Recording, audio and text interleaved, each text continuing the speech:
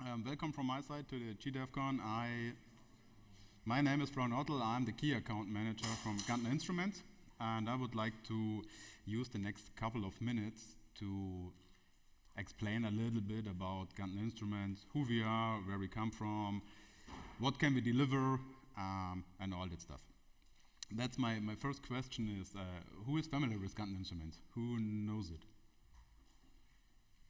Oh, more than I expect, but less than I wish.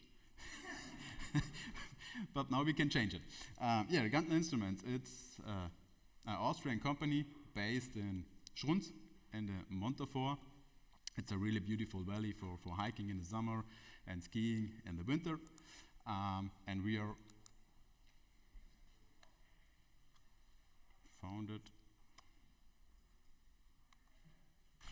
No, it works. We are founded in 2004 as our own company, Gantner Instruments Test and Measurement. We are much older than 2004, but I will come in the next slide why and what has happened. And since 2004, we grow up until now.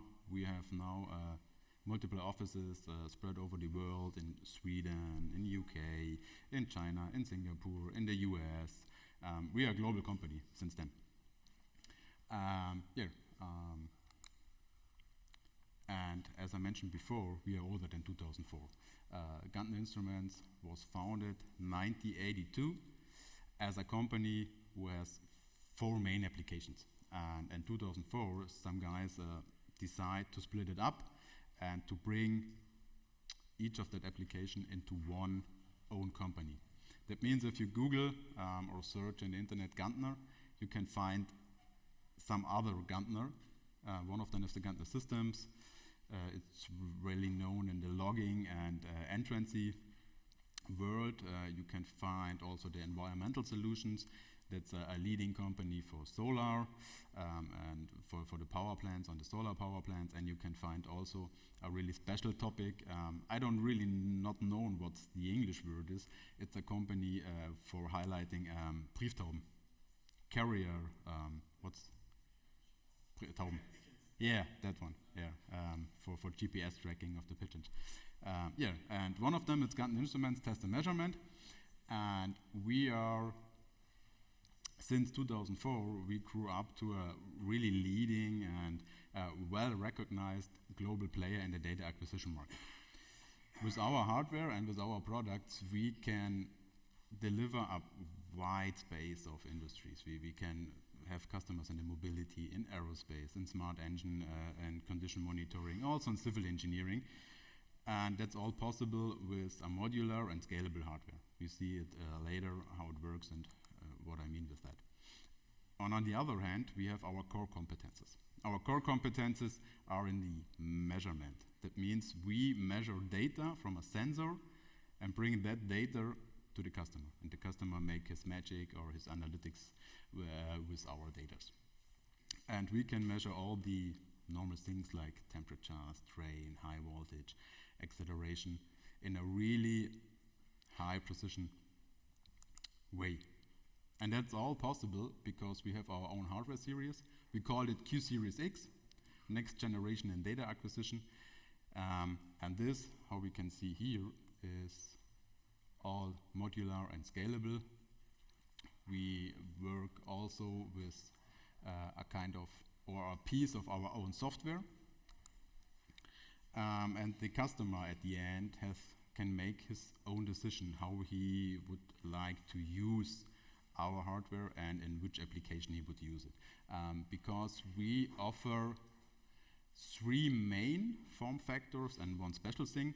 That the 3 form factors are, one is the rail assembly. That means you can put it on a D rail in a rack. You can also use it as a portable system if you would take it with you or on the field, or you have measurements in a car or something like that. And the third one is this the 90 sol rack mount in 3U and 1U. And the special thing I mentioned is the harsh environmental thing. It's called Q stacks. It's if you have really tough environmental things, you can use our Q stacks. For that, it's IP67. But the special thing and the good thing for the customer is the technology here in the front, that means the intelligence, the data acquisition part, is always the same. That means the customer can change the form factor he would like.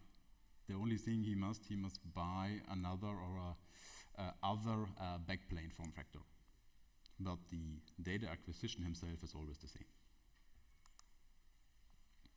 On the other side, we have a lot of modules, and that means also our customers has a lot of possibilities to use our modules with their sensors.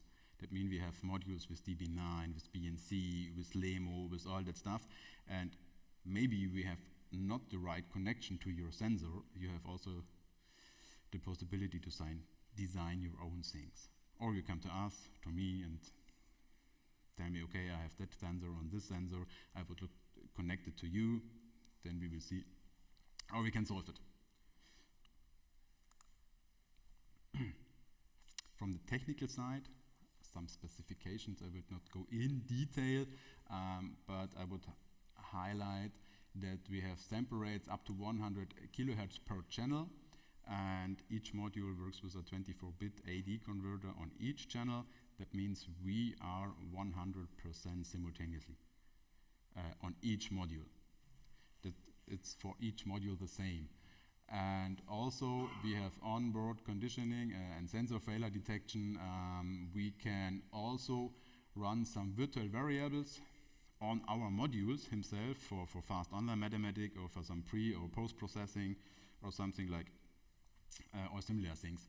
And also we add the possibility for the synchronization about the standard synchronization protocols like PTP, NTP, GPS. We can synchronize our modules with our controllers, with systems over the world.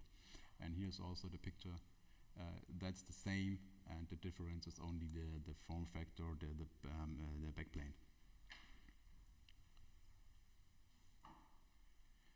I mentioned we had a modular system. That means the customer decides what he would like to measure and how many channels he would like to use and he need for his application.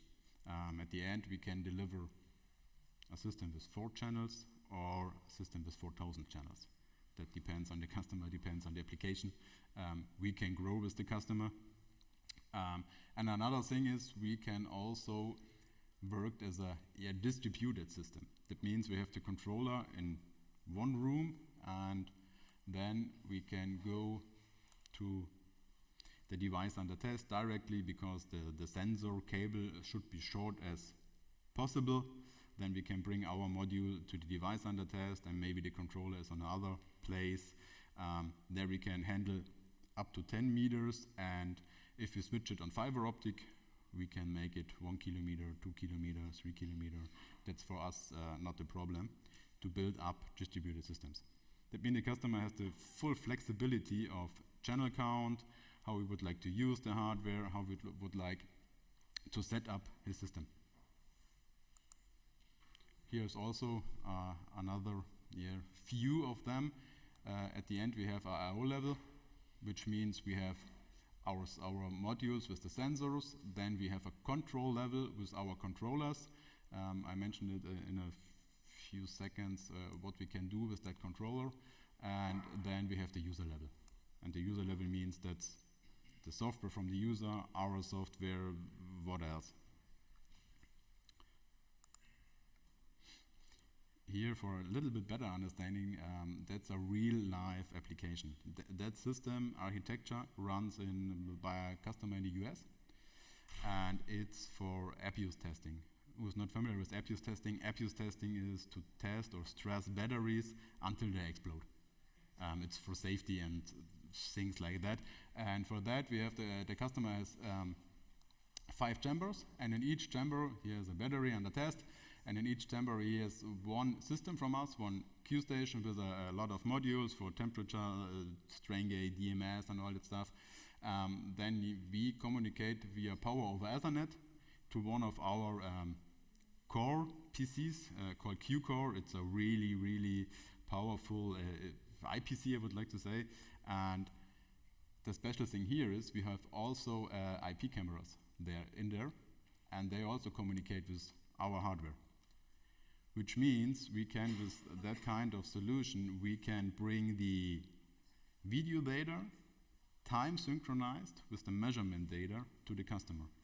And the customer can look like, hey, the battery, that was the video picture from the battery with that kind of temperature, or a few seconds before they explode, and then they can make some kind of their analytics. What must they change, or is it okay or not? And that's a real-time application. And the thing is, the customer must only communicate with the Q core, because the Q core handles all the data streaming, the coordination of the data, and which data the customer would like to see. That's all communicate about the Q core, and the Q core give the data to a dashboard or what else. And that's only possible because we have our own controller, and we call it Key Station. It's a RT Linux system on it. That means we are 100% RT for 24/7. We can data logging up to 100 kilo samples with that controller. We have a time synchronization on it, and we can also handle round about 500 virtual variables for mathematics and all that stuff.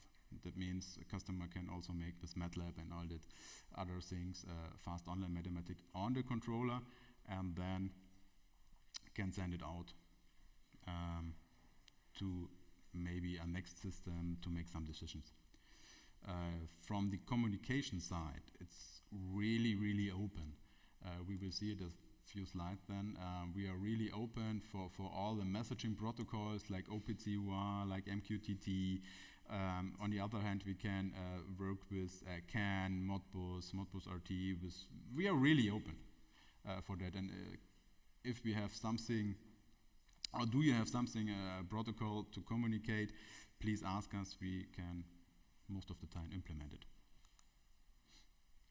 Here's a short overview about how the system stream looks like. Maybe interesting for you. We have the data source.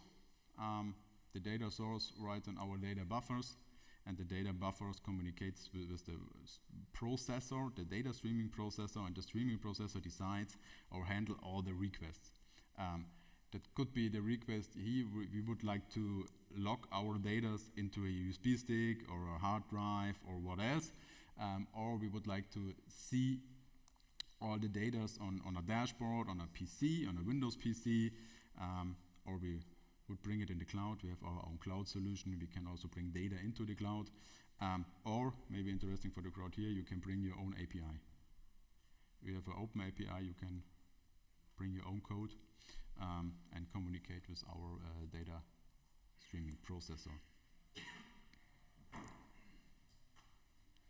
API integration, I mentioned it. We are really flexible. That means we have a really open API you can use to communicate with our hardware. A lot of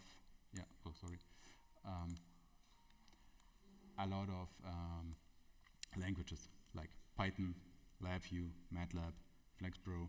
We have a Jupyter Lab on the Q core. We can MQTT, ASACAD, or you bring your own API integration. That's for us all possible to handle. And I love that picture. It's a really busy slide, but it shows our openness, that you can use our hardware and bring your own stuff on software with you, and then we can handle it. We can communicate over Ethernet into IOTT or PubSubs protocols. We can bring it into a PC. We can use our piece of software, or we can use other software to communicate with our hardware. And one thing, it's interesting for you guys here, brand new and will be available next week for upload. It's a brand new LabVIEW API designed by Hampelsoft. That means if you would like to know more about that, please visit us at the table and please ask Jörg or Ian about the details in LabVIEW code. But that's really new. Next week you can upload it, and then you can also use your LabVIEW code in combination with our hardware, if possible, and if needed. Yeah, with that, I would like to close my presentation with some real life applications that you get a better understanding what we can deliver and what have we made in the past. For example, that's an example from the guys from France. We are working with the GetLink, it's a former Eurotunnel, to measure if the train comes into the tunnel. We measure the strain, we measure the vibration and something like that to detect damages on the rail wheels.